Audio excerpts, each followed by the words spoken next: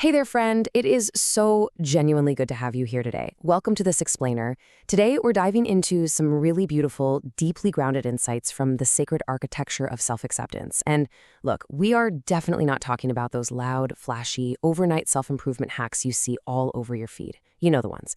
Instead, we're zooming in on a deeply private kind of transformation. Not the kind where you hustle and grind to become someone completely unrecognizable, but the kind where you finally, maybe literally for the first time in your entire life, just stop running from yourself.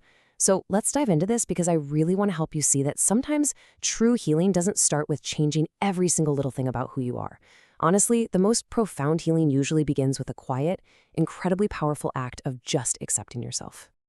Right off the bat, I have to ask you a pretty serious question. Are you tired of fighting yourself? Because as your coach and your friend in this explainer, I really need to acknowledge just how downright exhausting that reality is. So many of us have spent literally years at war with ourselves. Fighting our past, bottling up our emotions, and just agonizing over every little mistake. I know for me, there was a season where I was completely obsessed with being flawless. I seriously thought if I could just perfectly color code my entire life, micromanage my schedule down to the absolute minute, and never ever drop the ball, I could somehow outrun my insecurities. I vividly remember this one time, just completely breaking down in tears on my kitchen floor because a single meeting ran late and it completely derailed my perfectly planned afternoon. I was so emotionally drained. Trying to achieve perfection as a way to hide your pain, it's a marathon you are never going to win. It just drains your energy and leaves you feeling completely empty inside. So I really need you to hear this vital truth. Real transformation, it starts with honesty, not perfection. A lot of people have this mistaken idea that they have to be completely 100% fixed before they can start living their actual lives or feeling any genuine joy. But the sources we're looking at today show us something incredibly freeing. The exact moment you drop the exhausting act and just say, okay, this is who I am right now, and you know what? I'm still completely worthy of growth. Well, that's when everything shifts. True healing kicks off the exact moment you accept who and where you are right now. You absolutely do not need to be perfectly polished to be worthy of a really beautiful life. Okay, so we need to redefine what self-acceptance actually looks like. It simply means refusing to bully yourself on the journey. That's it. Acceptance does not mean you're just giving up, and it definitely doesn't mean you stop growing. It just means you stop hating yourself while you do the hard work.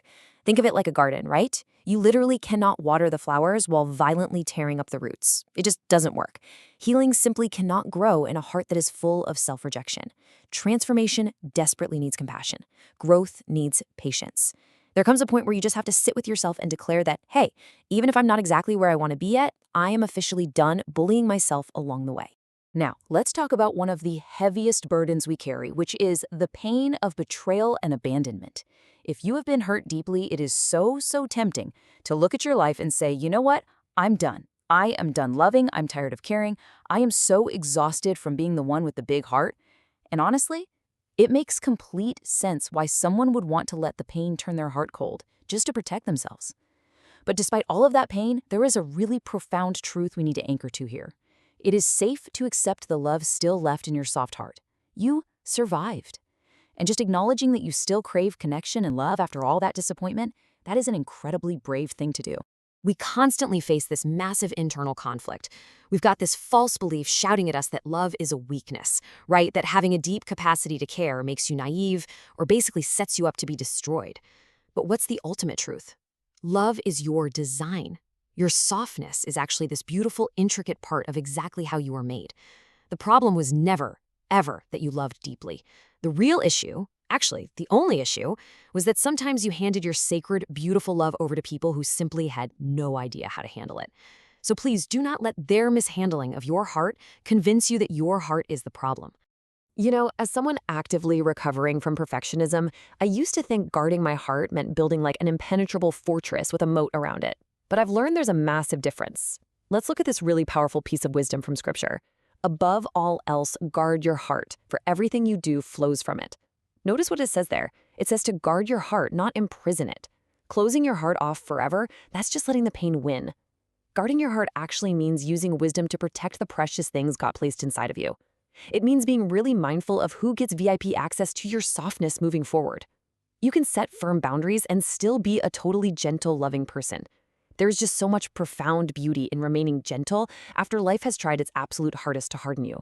And this brings us to a really crucial point about how our culture views healing. We live in a world that is obsessed with a loud public glow-up. Everyone just wants to see the big after picture, right? But literally nobody talks about the private breaking point that comes right before it. So I want us to totally dismantle that myth of the overnight camera-ready transformation. True transformation honors the quiet, private moments. It happens during those nights you cried quietly, the mornings you practically had to force yourself to get out of bed, and the prayers that literally nobody else heard. Sometimes simply surviving a really hard season, that is the transformation. You survived, and in the process, you became wiser and way more careful with your energy. This connects so deeply to another foundational piece of wisdom, this time from Romans. Be transformed by the renewing of your mind. Transformation is, above all else, an inside job. It relies so heavily on the way you speak to yourself. Remember earlier when we talked about refusing to bully yourself? Well, this is exactly where the rubber meets the road. The way you view yourself matters. Those narratives you keep replaying on a loop in your head, they matter. If you are constantly criticizing yourself, your mind literally cannot renew itself. You have to actively choose self-compassion to actually shift the architecture of your thoughts. Let's just be real about the pressure we face today. Our modern world rushes everything, and I mean everything, especially healing.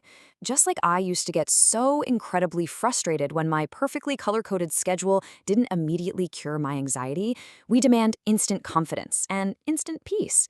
We read one self-help book and get kind of mad when we don't wake up the next day entirely cured. But remember this, even flowers do not bloom the same day they are planted. Real growth takes actual time.